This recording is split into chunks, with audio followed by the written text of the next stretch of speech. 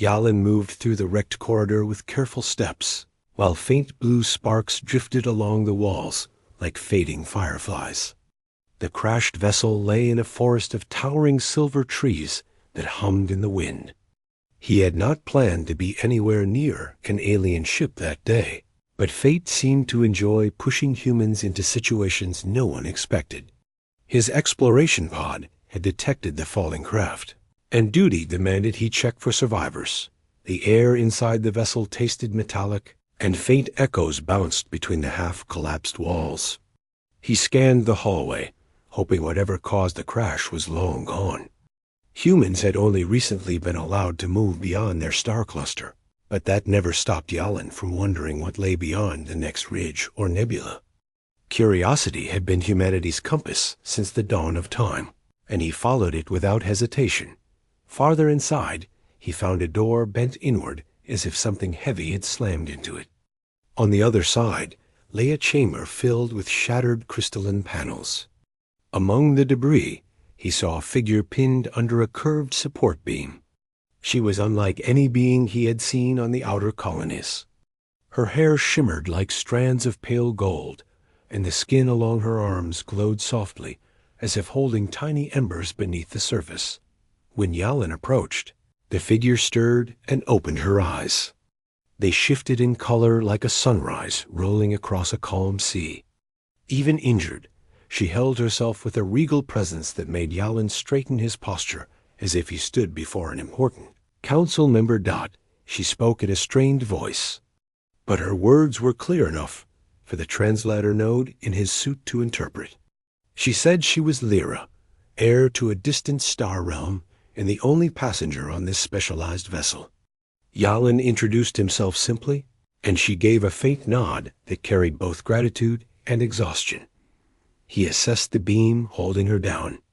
It was heavy, but not beyond his capability to move. His suit enhanced his strength enough to shift it. He planted his feet, exhaled, and lifted. The beam rolled aside, freeing her legs. She winced, but remained composed. Yalin reached out a hand to help her stand. She accepted the assistance, though her balance wavered. He steadied her, letting her lean against him while she regained her footing. Despite everything, she carried an air of dignity that reminded him of old stories about monarchs addressing their people with quiet confidence. Lyra thanked him with sincerity that felt almost ceremonial. She explained that her ship had been attacked by raiders known across several systems for capturing highborn individuals. She had initiated an emergency landing, but the vessel broke apart before reaching the ground safely. Yalin listened, realizing how fortunate it was that he arrived before the raiders returned to finish their objective. He guided her toward the exit, stepping over scattered fragments of alien technology. Outside, the forest's silver leaves shimmered under the planet's twin suns. A gentle wind rustled through the branches like distant chimes. Yalin activated a beacon on his suit to call for retrieval, knowing his team would arrive soon. But before they reached the clearing, a faint humming vibration coursed through the air. Lyra stiffened and pointed to the direction, where the sound grew louder. A sleek black craft pierced through the canopy, drifting above the trees like a shadow searching for prey. The raiders had returned. Jalen quickly pulled Lyra behind a fallen trunk. He knew he stood no chance engaging them directly, but terrain could be used to his advantage. The forest ground dropped sharply behind the trunk, leading to a narrow ravine filled with glowing moss. He motioned to Lyra to follow. She nodded and moved with careful precision. The raider craft released small scanning drones that hovered close to the ground. Their red lights swept across the foliage. Yalin urged Lyra forward as fast as her injured leg allowed. The ravine ahead offered temporary safety. They reached its edge and slid down into the cool shadows below. The glowing moss bathed the ravine walls in a soft green hue. Yalin crouched near the bottom, listening to the drones pass overhead. Lyra breathed steadily, keeping her focus sharp despite her pain. She whispered to him that the raiders sought her not for ransom, but for political leverage in a conflict that threatened to ripple across several star systems. Her lineage carried influence, and capturing her would grant the raiders enormous bargaining power. Jalen's retrieval team finally responded to his beacon and redirected toward his location. He kept his eyes on the ravine entrance, waiting for the right moment to move again. The raider drones drifted farther away, giving them a small window. Jalen gestured for Lyra to follow him through a narrow passage that wound deeper into the forest. They reached a clearing just as the human shuttle descended. The vessel's side hatch opened, revealing a team of armored explorers ready to assist. Jalen guided Lyra aboard, and the hatch sealed behind them. The shuttle lifted swiftly, rising beyond the treetops while the forest shimmered beneath them. Inside, Lyra allowed herself to relax for the first time since Jalen found her.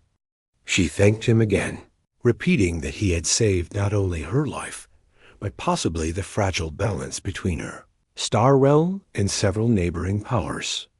Jalen dismissed the praise modestly, though her words held a weight he could not ignore.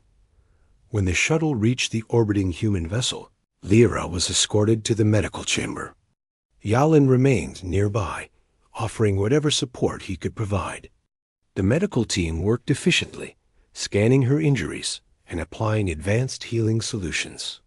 She maintained her composed demeanor, occasionally glancing at Jalen with gratitude that seemed to deepen as time passed.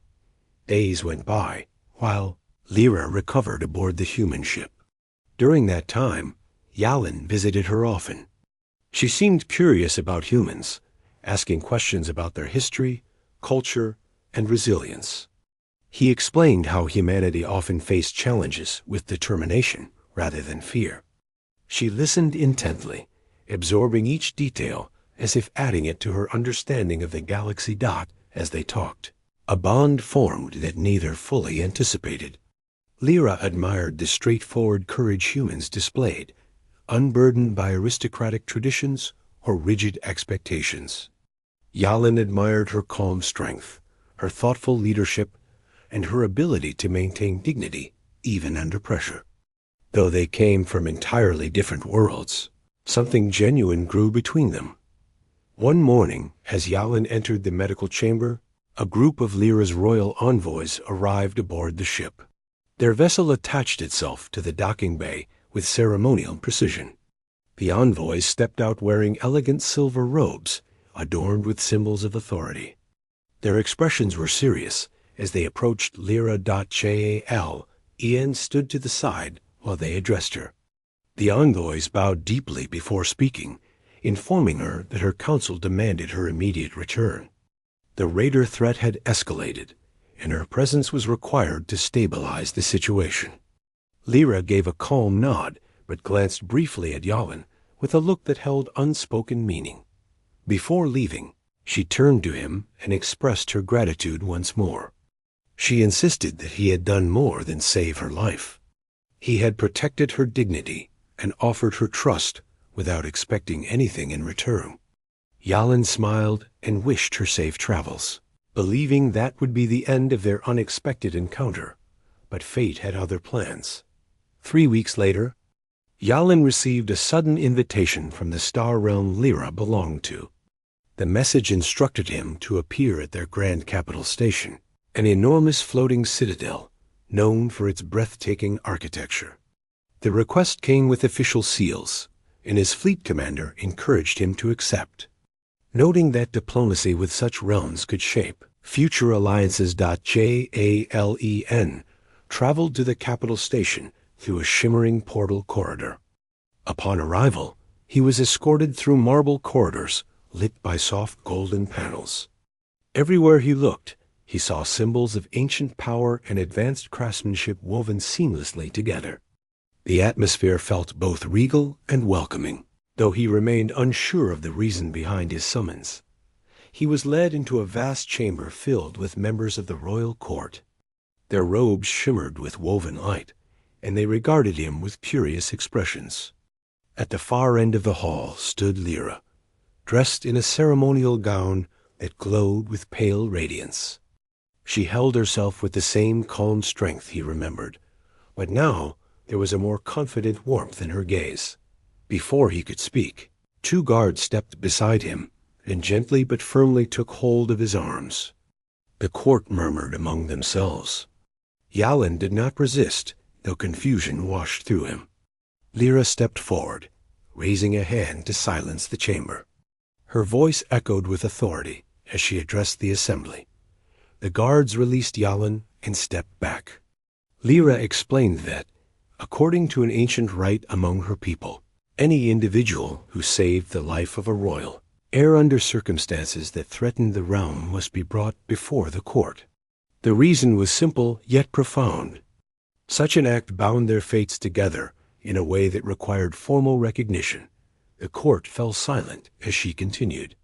By their law, the one who saved the heir held a unique place of honor. And if the heir chose to acknowledge a deeper bond, the court was required to witness and accept it. Jale stood still, absorbing her words. The envoys who once escorted her now watched with anticipation. Lyra stepped closer to him, her voice softer now, but still steady. She explained that she had requested his presence not to judge him, but to honor him. She spoke of the trust he offered her without E,